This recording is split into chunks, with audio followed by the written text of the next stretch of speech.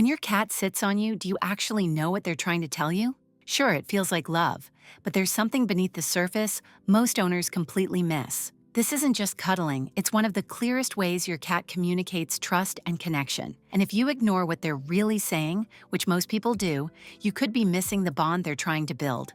Let's decode what it actually means. 1. They think they own you now. Ever notice how your cat settles onto your lap like they're taking a throne? That's not random, and it's definitely not just about comfort. When your cat sits on you, they're doing something ancient. They're marking you. Cats have scent glands all over their bodies, especially around their cheeks, paws, and the base of their tail. When they press their body against yours, they're transferring their scent onto you. In cat language, this means one thing: you belong to them now. You thought you adopted a cat, but in their mind, they claimed a human. This goes back thousands of years. In the wild, cats mark territory and trusted members of their colony to create a shared scent profile. It's how they say, "This is mine and this is safe."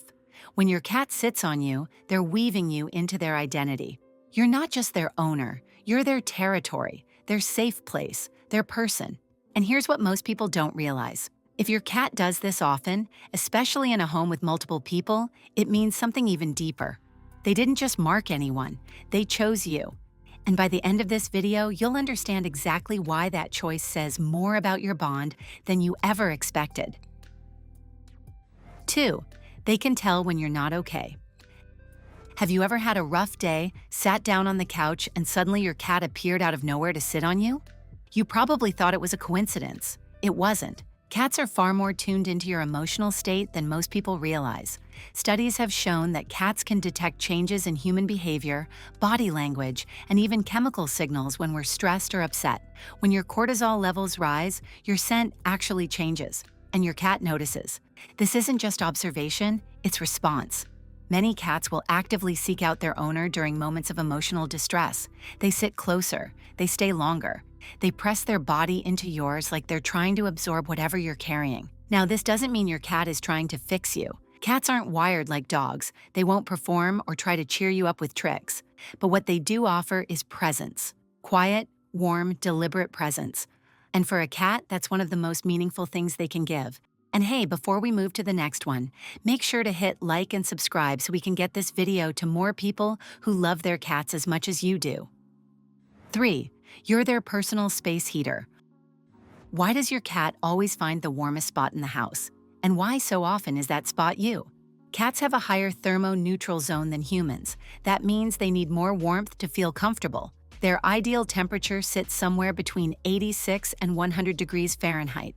So while you're perfectly cozy at room temperature, your cat is scanning the environment for heat sources: sunny windows, laptops, freshly folded laundry, and of course your body.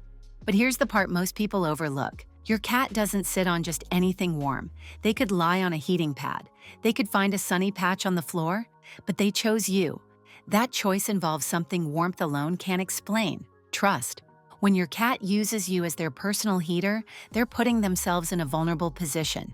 They're closing their eyes, relaxing their muscles, letting their guard down. A cat won't do that near a heat source they don't feel safe with. They do it with you because warmth and safety have merged into one thing in their mind. 4. They're training you without you knowing. What if I told you that every time your cat sits on you, they're running a tiny experiment? Cats are incredibly fast learners when it comes to cause and effect, and over time, your cat has figured something out. When they sit on you, good things happen. You pet them. You talk to them in that soft voice. You stop moving and let them get comfortable. Maybe you even feel guilty getting up to grab something because they look so peaceful. Sound familiar? That's not an accident. That's conditioning, and you're not the one doing it. Behavioral scientists call this operant learning. Your cat performs an action, gets a reward, and repeats the action. Sit on human. Receive warmth, affection, and attention. Repeat. Over weeks and months, your cat has trained you to respond exactly the way they want. You think you're the owner, but in this dynamic, you're the student. This doesn't mean the affection isn't real. It is, but it's also strategic. Cats are masters at getting what they need while making you feel like it was your idea. That soft, cozy moment on the couch, your cat engineered it. 5. It takes them back to being a kitten. Why does your cat need your lap, curl up, and sometimes even drool a little while sitting on you? It might look like relaxation, but it's actually something much deeper. They're going back in time. When kittens are born, they spend their earliest weeks pressed against their mother's warm body. They knead her belly to stimulate milk flow. They feel her heartbeat. They fall asleep to the rhythm of her breathing. That experience wires something permanent into their brain. Warmth plus soft pressure plus a steady heartbeat equals safety. Now fast forward to your adult cat. When they sit on you, that same ancient circuit lights up.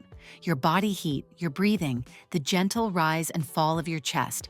It mirrors what they felt before they even opened their eyes. In that moment, you're not just their owner. You're a living reminder of the safest place they've ever known.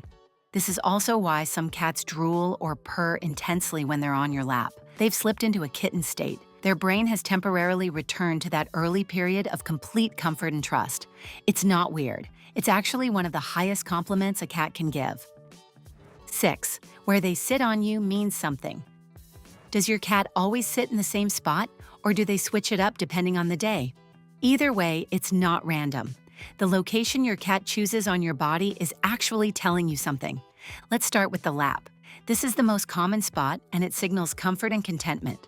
A lap cat feels secure with you but still wants to stay alert. They can see the room. They can hop off easily. It's affection with an exit strategy.